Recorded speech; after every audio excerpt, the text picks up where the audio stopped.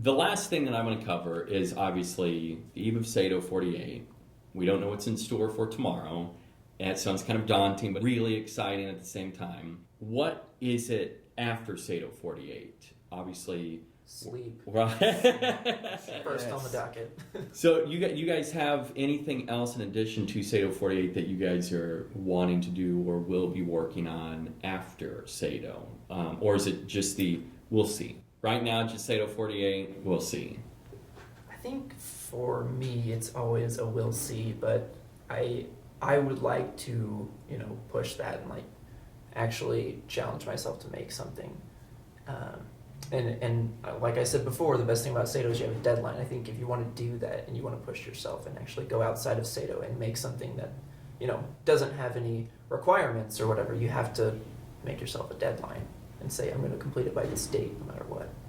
I think that's what I love about SATO and why I find myself pushing myself more every year, because I don't think without SATO, I wouldn't have made that film. I mean, I know I wouldn't, because I think if I entered a bigger film competition that really had no deadline or anything, I think I would just take a very long time and possibly not finish it. I think this year I'm going to work on a script, and I think I'm going to work on a short, like a legit short film, possibly a full feature. I'm not getting any younger, and so I think that's what I'm going to do next. So yeah, with SATO48, I mean, not even just like the filmmaking aspect part of it, but I really think having a deadline and reaching it, especially working as a team, really does kind of bleed in other aspects of your life too. Whether that's your work, your job, or whatever. It's just like, have this deadline, has to be done. Gotta, you can't take on too many roles. You know your limits, and you kind of learn from there with that. I'm curious, asking both of you guys this. Do you like doing film over theater? Do you have a preference? I do. I really love film a lot.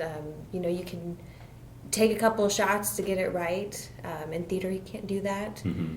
I guess just the people that you work with. I love theater. I work at a theater, but in theater, I'm typically behind the scenes in live theater. That's the same way with me. I mean, I love doing both.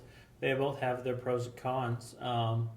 But like you said, I mean, you're gonna have more than one take as opposed to, doing it and then just throwing yourself out there, and maybe it wasn't the take you wanted when you're on stage. So with what I'm gonna do in the future, I write every day like you write every day, and so, I mean, it would be great someday to do something with that. But, if anything, then you're prepared for other SATOs and other opportunities because you had something set in your mind, and maybe you didn't go with this script, but you had a really cool scene that you could actually incorporate into something as well. And maybe that's not what you choose. I find a lot of my projects, I have a great idea that's built to another idea, not necessarily that we stick with my idea. But then I'm happy that I was able to be able to help.